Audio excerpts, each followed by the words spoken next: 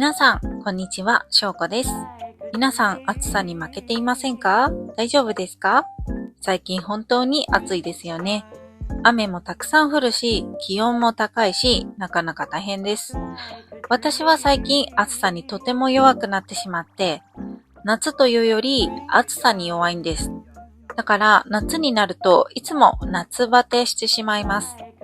夏バテというのは暑さで体が疲れてしまって食欲がなくなったり元気がなくなったりすることです。私は小さい頃はそんなに夏バテしなかったのですが、年を取ったからなのか夏バテするようになってしまいました。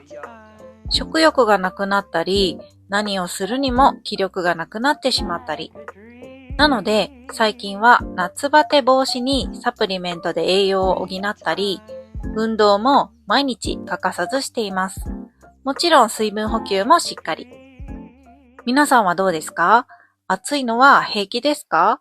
それとも苦手ですか？今日は蒸し暑い日本の夏に日本人の私たちが何を食べるかについて話したいと思います。まず紹介したいのは夏が来たと感じさせてくれる料理です。夏が近づくと日本のレストランや食堂、ラーメン屋さんなどで冷やし中華始めましたという看板をよく見かけるようになります。皆さんもラーメン屋さんで見たことありますか？夏に日本に来るとよく見ると思います。冷やし中華がどんな料理か知らない方のために説明すると、冷たい麺料理です。冷たい麺の上に、きゅうり、ハム、卵を細く切ったものがきれいに並べられています。そしてタレは甘酸っぱい味です。お店によって具材は違っていて、ごま風味のタレのところもあります。イギリスに住んでいた時も夏に冷やし中華が恋しくてよく作っていました。卵が錦糸卵って言って、薄焼き卵を細く糸状に切ったものがトッピングにあるんですが、これをきれいに作るのがとても大変で、ちらし寿司なんかにも入っていて、黄色いきれいな糸状の卵なので、彩りが鮮やかになります。トッピングにはいろいろな種類がありますが、個人的にはエビが入っていると豪華だなぁと思います。本当に美味しいので、もし今日本にいる方や夏休みに日本旅行を考えている方は、ぜひ冷やし中華を試してみてください。とてもさっぱりしていて冷たいので、暑くて食欲がない時でも食べたくなると思います。ぜひ試してみてくださいね。そして家ではよくそうめんを食べます。そうめんは細い麺です。実は色がついた麺も入っているんです。ピンクや水色。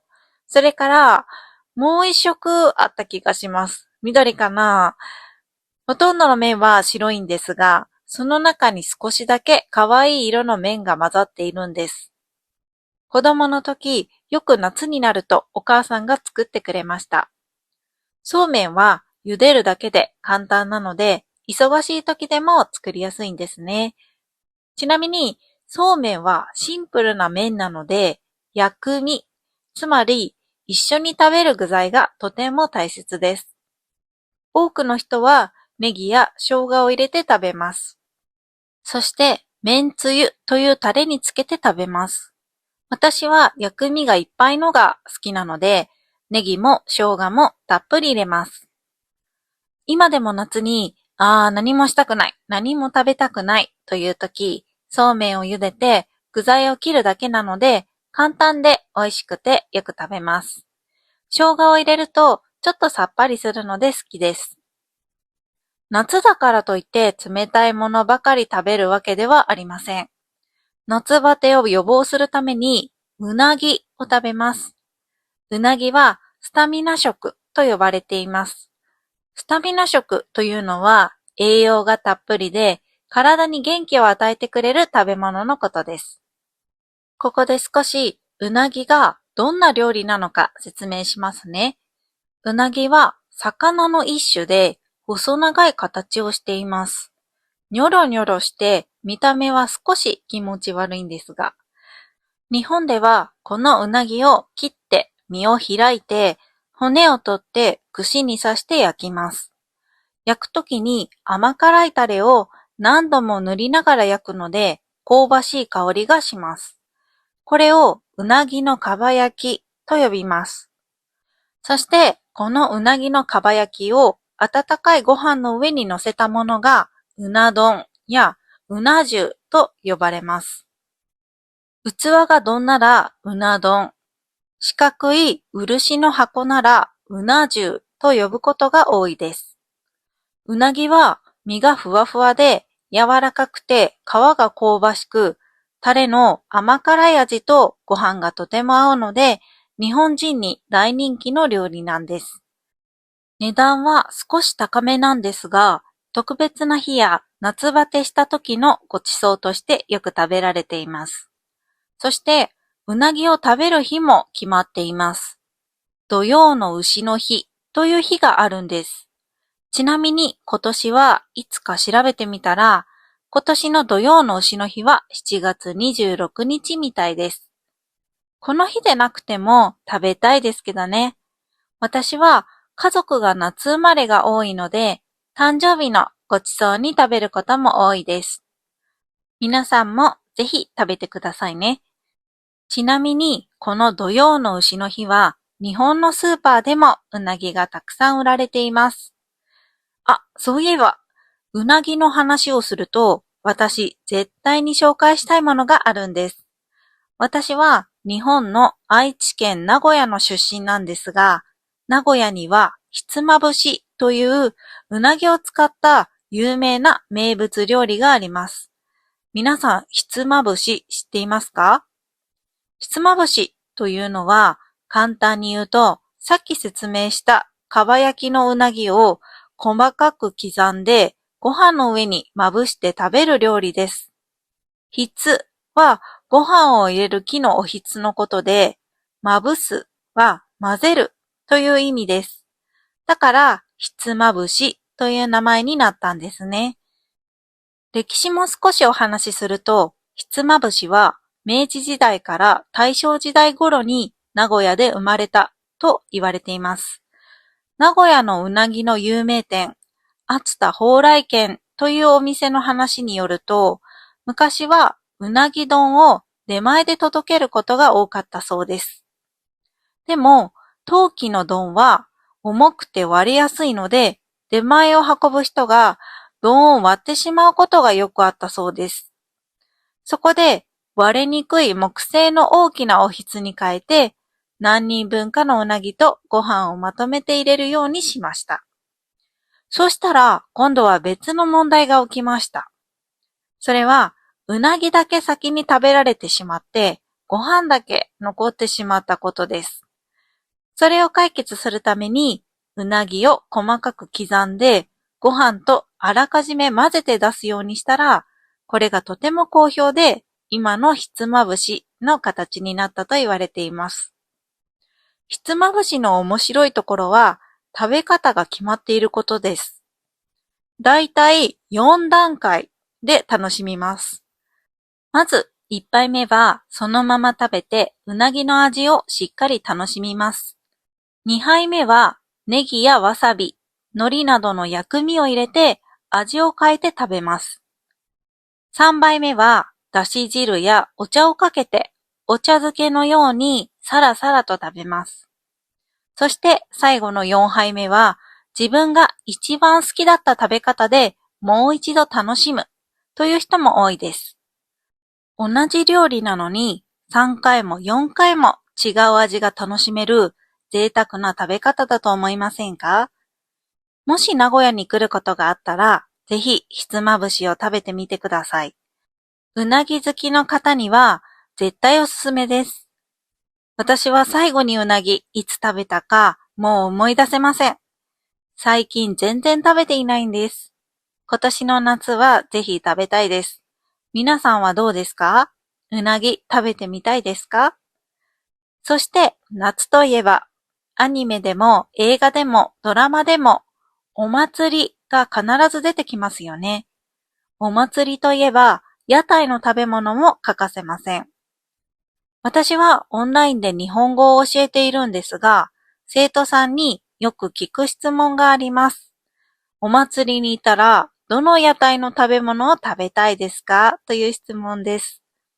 よく聞くと、多くの生徒さんがリンゴ飴や焼きそばと答えます。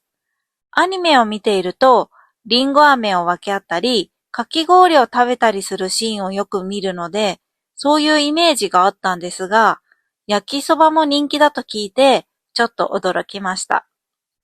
たこ焼きも人気ですよね。私はベビーカステラもよく買います。小さい時に私が好きだったのは、綿飴です。綿飴って美味しいですよね、本当に。最近だとカラフルな綿飴もあって、どんな味なんだろうって気になっています。それと、お祭りと言ったらチョコバナナ。チョコバナナもお祭りでしか食べない特別なものです。食事というよりおやつですね。今、大人になってお祭りに行ったら食べたいものを考えると、きゅうりの一本漬けとか焼き鳥に生ビールですかね。皆さんは何が食べてみたいですか？そういえば、お祭りといえば、さっき少し名前が出たかき氷も忘れちゃいけませんよね。私、かき氷大好きなんです。今日は少しかき氷についても話したいと思います。実は、かき氷の歴史はすごく古いんです。日本で一番古い記録は、平安時代の枕草子という本に出てくる削り火というものだそうです。削った氷という意味ですね。その時代は氷も甘い調味料もすごく貴重で、削った氷に甘づという甘い液体をかけて食べていたそうです。つまり、昔のかき氷は庶民のおやつではなくて、貴族だけが食べられる高級品だったんですね。ちょっと意外ですね。冷蔵庫がない時代なので、冬にできた天然の氷を氷室という場所に保存して、夏まで大切に使っていたそうです。それでも氷はとても貴重で、夏に食べられるのは限られた人だけでした。かき氷が庶民に広まったのは、明治時代に氷を作る技術や氷を削る機械が発達してからだそうです。それから夏になると氷という旗を立てるお店が街に増えていって、今のかき氷に近い形になっていきました。昭和時代になると、かき氷は夏祭りや屋台の定番おやつとしてみんなに親しまれるようになりました。赤や緑、黄色のシロップがかかったあの見た目、皆さんも想像できますよね。今でも夏祭りに行くとかき氷の屋台をよく見かけます。そして最近は昔ながらのシロップだけじゃなくて天然氷を作ったり自家製のソースや旬のフルーツを使ったりする進化系のかき氷もすごく増えています。見た目はシンプルでも味がすごく繊細でいろいろな層になっているものもあって私も好きでよく食べに行きます。ちなみに海外のかき氷も少し違いがあるみたいです。韓国のかき氷、ピンスは豆やお餅、フルーツを乗せて全部混ぜながら食べるスタイルが多いそうです。台湾のかき氷は牛乳や練乳が入った氷を削るので、氷自体に甘みがあるのが特徴だそうです。ハワイのシェイブアイスも有名ですが、日本のものよりもっとカラフルなシロップを使うみたいです。皆さんの国にはかき氷に似た冷たいデザートはありますか？もしあったらぜひ教えてください。最初に最近私は夏バテしやすいという話をしたので、日本でよく作って食べている夏の料理について少し話したいと思います。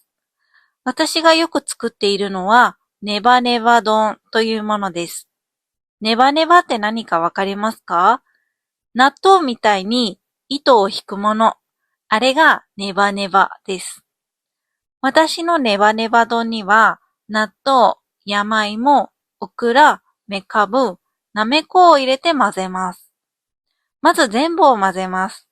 混ぜた後、蕎麦やそうめん、ご飯の上に乗せて、めんつゆで味をつけて、最後に卵の黄身だけを乗せて混ぜて食べます。本当に美味しいし、カロリーも低いからダイエットにも最適です。それに全部体にいい食材ばかりなので。でも、このネバネバした食感が苦手な人もいると思います。納豆とかとろろとか苦手な人多いですよね。皆さんはどうですか？もしネバネバ全然大丈夫という方は、ぜひこのレシピを試してみてください。私は本当に大好きで、毎日でも食べたいくらいです。さて、今日は夏に食べるものについてたくさん話しましたが、皆さんの国ではこれだけは食べるという特別な食べ物や食べる日が決まっているものはありますか？夏になったら絶対これが食べたいというものがあれば、ぜひ教えてください。本当に暑いので、皆さん体に気をつけて、今週も一緒に乗り切りましょう。それでは今回のポッドキャストはここまでです。今回の動画が良かったら、ぜひチャンネル登録といいねをお願いします。通知ベルも押しておくと、次回も一緒に日本語勉強できますよ。それではまた次の動画でお会いしましょう。